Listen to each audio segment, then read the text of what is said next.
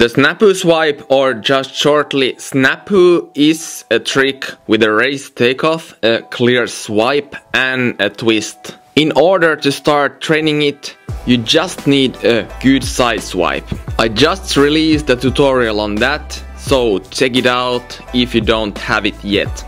Just to warn you, you probably need a really good side swipe for the Snapu. The optimal side swipe form for the Snapu is more like this than the open one here. This is because you wanna twist very fast after the swipe, and the smaller and less flashy one allows you to do it better. When your side swipe is good, you will start training the side swipe plus a gyro on the ground. This drill will help you with understanding how to initiate the twist after the swipe using your right arm. This step shouldn't be too hard, and after you can do it pretty easily, you're gonna start twisting after the swipe earlier and earlier. Basically, you're gyroing your way little by little towards victory.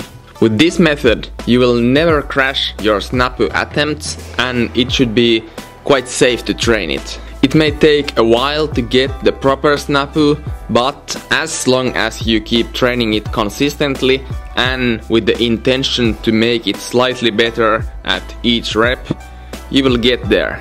When you get to the point when you can do the side swipe and a half twist, you gotta really start thinking about using your right arm hard. As you are taking off for the Snapu, punch your right arm down, and then very shortly after that, pull it in to accelerate the twist.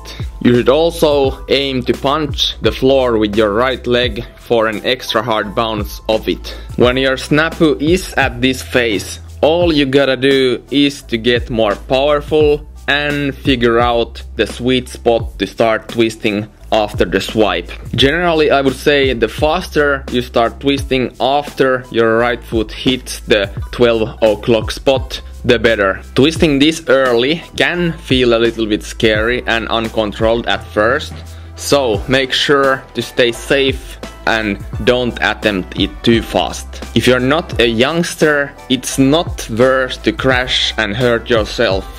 It's way better to under-rotate and land safely than to fully rotate and risk an ankle or a knee injury. This trick is not like super high, but it rotates quite fast, so it could end up hurting you quite a lot. But now the rest is up to you. Now hopefully you know everything you need and will be able to start working on the Snapu. After all, it's not that complicated move, but it's still quite hard. You can do it though. So thank you so much for watching the video, and I will see you in the next one.